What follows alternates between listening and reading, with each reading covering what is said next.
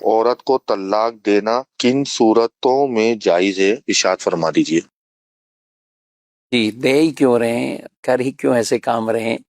لیکن بہرحال سوال یہ بھی اہم ہے کہ کبھی ایسی صورت پیش بھی آ جاتی ہے تو اس صورت میں بہت اچھی بات ہے کہ پہلے ہم علماء کرام سے اس حوالے سے مشورہ کر لیں۔ کیا فرماتے ہیں؟ دیکھیں، طلاق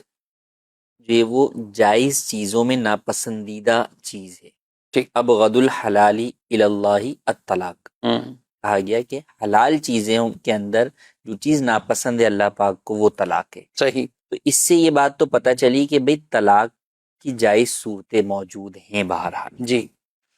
عام طور پر تو اس چیز سے اوائڈ ہی کرنا چاہیے، اور اللہ پاک نے قرآن کریم میں بھی اس کے مختلف جو ہے وہ اسٹیپس بیان کی۔ صحیح۔ کوئی شخص جو ہے وہ اس چیز کی طرف بڑھنا چاہے تو پہلے کیا کریں؟ پہلے میاں بیوی آپس میں معاملات کو جو ہے وہ سلجھانے کی کوشش کریں، کچھ دن جو ہے وہ بستر الگ کر لیں تاکہ بعد والی جدائی کا ابھی سے اندازہ ہو جائے، اور اس جدائی کو سامنے رکھتے ہوئے اپنے معاملات بہتر کرنے کی طرف آئیں۔ یہ بھی نہ ہو تو پھر ایسی صورت میں یہ کہ بھئی دونوں طرف سے کسی کو حکم بنائے کہ وہ ان دونوں کے مسائل سن کر ان کے درمیان صلح کروا دیں، اور وہ صلح کروانے والے اگر اچھے ہوں گے تو انشاءاللہ صلح بھی جو ہے وہ ہو جائے گی، کہ ان کی نیت اچھی ہو، وہ ان کا گھر توڑنا نہ چاہتے ہوں بلکہ واقعی وہ گھر بسانا چاہتے ہوں، جس کی غلطی ہو اس کے اوپر اس کی اصلاح کریں، ایک دوسرے کو آپس میں سمجھنے سمجھانے کمپرومائز کرنے کی جو ہے وہ دعوت دیں، دعوت غور و فکر دیں، طلاق کے بعد آنے والے نتائج سے جو ہے وہ ان کو آگاہ کریں۔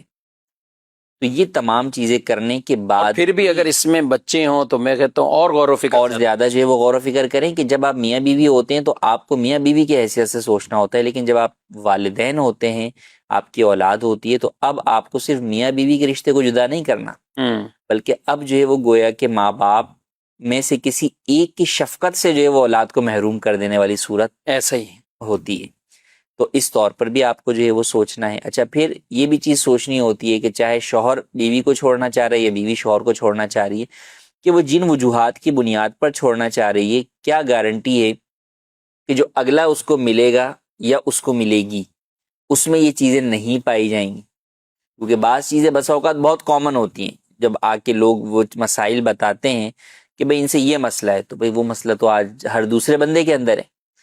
تو لہٰذا اس چیز کو بھی جو ہے وہ پیش نظر رکھا جائے۔ اچھا، پھر بعض وہ ہوتے ہیں کہ جو چاہتے ہیں نہیں جناب ہم اکیلے ہی رہیں گے، ہم اگلا نکاح ہی نہیں کریں گے، تو اس میں بھی ان چیزوں کو پیش نظر رکھیں کہ کیا فی زمانہ یہ چیز ان کے لیے آسان ہے، خاص طور پہ عورتوں کے لیے۔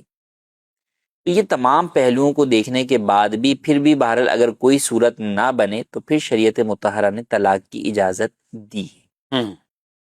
مگر اب وہ طلاق دینے کے اندر کہا کہ سنت کے مطابق طلاق دے، تو طلاق دینے کا سب سے احسن طریقہ یہ ہے کہ شوہر عورت کو اس کے پاکی کے ایام کے اندر صرف ایک طلاق رجعی دے، صحیح، اور اس کے بعد وہ اسے چھوڑ دے حتیٰ کہ اس عورت کی عدت گزر جائے، اور پھر جب عدت گزر جائے گی تو وہ اس کے نکاح سے باہر ہو جائے گی۔ اس کا فائدہ یہ ہے کہ عدت کے اندر اندر اگر ان دونوں کو اپنی غلطی کا احساس ہو تو بغیر نکاح کے رجوع کر سکتے ہیں، صحیح، اور اگر عدت کے بعد غلطی کا احساس ہو تو بھی بہرحال نکاح کے ذریعے رجوع کر سکتے ہیں، شرعی حلالے کی حاجت نہیں ہوگی، یعنی یہاں صرف فقط نکاح کرنا فقط ہے نکاح کے ذریعے اور ہوگا۔ وہ دونوں میاں بیوی ہو جائیں گے۔ اب ان کے پاس مزید کتنی طلاقوں کے اختیار ہو؟ ہاں، جب ایک طلاق دے دی تو اب آئندہ ان کے پاس 2 طلاقوں کا حق باقی ہے۔ یہ جو طلاق دی ہے یہ ختم نہیں ہوگی، یہ اپنی جگہ پہ کھڑی رہے گی، ٹھیک ہے، آئندہ 2 طلاقوں کا حق باقی یعنی رہے کتنا گا۔ ایک آسن انداز ہے، اور اس کو کہا بھی ایک آسن طریقہ ہے، جی، اس کو کہا بھی ایک آسن طریقہ ہے، اور ہوتا یہی ہے کہ جب یہ ساری گفتگو اور یہ پورے ایک پروسیس یہ پتہ نہیں ہوتا ہمارے لوگوں کو، جوانوں کو، تو ناظرین کرام پہلے ہی وہ 1 2 3 کر کے پورے ہی معاملات ختم کر کے آتا ہے، 3 طلاقیں دے کر اب وہ ادھر ادھر جا رہے ہوتے ہیں کہ اب ہمارے لیے کوئی رخصت ہو۔ روتے وہ بھی ہیں بعد میں، ایک تعداد ہے وہ روتے ہیں، پچھتا رہے ہوتے ہیں، 5 منٹ بعد ہی دماغ سیٹ ہو جاتا ہے کہ میں نے کیا کیا، 5 منٹ بعد۔ اتنا پہلے ہی صبر کر لیتے۔ اللہ پاک نے تو طلاق کا اختیار بھی مرد کو دیا ہے، عورت کو تو نہیں دیا۔ عورت کے پاس ہوتا تو پتہ نہیں کتنے معاملات اور بھی ہو سکتے تھے۔ یہ تو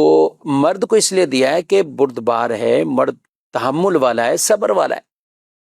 اور کئی مرتبہ ایسا لگ رہا ہوتا ہے کہ بظاہر عورت بہت زیادہ تحمل والی، صبر کرنے والی، بردبار بھی ہے، اخلاق والی بھی ہے، لیکن یہ شوہر ہے، اس نے حماقت سے کام لیا، اور اس نے اور بہرحال حماقت سے کام لے، غلطی سے ہو گئے کچھ بھی، اب بعد میں اس کے کوئی عذر کرنا وہ بیکار ہے۔ مجھے کفیل صاحب وہ روایت جو حضرت عبداللہ بن عباس رضی اللہ تعالی عنہما، آپ چونکہ مدینہ پاک کے مفتی تھے اور مفتی مدینہ کہلاتے، آپ فرماتے ہیں کہ لوگ حماقت سے کام لے کر 3 طلاقیں ایک ساتھ اس طرح دیتے ہیں، اور پھر ڈھونڈتے ہیں کہ عبداللہ کہاں ہیں، عبداللہ کہاں ہیں، عبداللہ ہمارے لیے کوئی راستہ بتاؤ۔ تو ہم نے فرمایا جو اللہ سے ڈرے تو اللہ اس کے لیے راستہ رکھا ہے، جو اللہ سے ہی نہ ڈرا اللہ اس کے لیے راستہ بھی نہیں رکھا ہوا۔ تو پہلے سے یہ چیزیں سوچنی ہیں، اور کبھی بھی اس سٹیج پر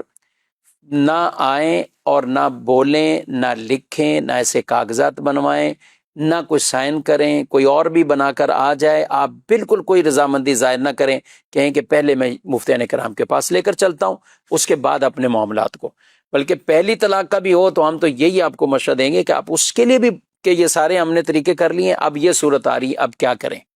ٹھیک ہے، شریعت نے یہ رکھا ہے جہاں ایک دوسرے کی اتنا بھی وہ خیال نہ رکھ سکے اور اللہ کی نافرمانیوں میں پڑ رہے ہوں، حدود کو کراس کر رہے ہوں، تو ٹھیک ہے، پھر ایک جدائی کے آپشن ہیں، لیکن ان کو تمام تر احکامات کے ساتھ ہمیں سیکھنا سمجھنا ضروری ہے۔ شادی شدہ افراد کے لیے یہ بہت اہم اور ضروری ٹاپک ہے۔ بہرحال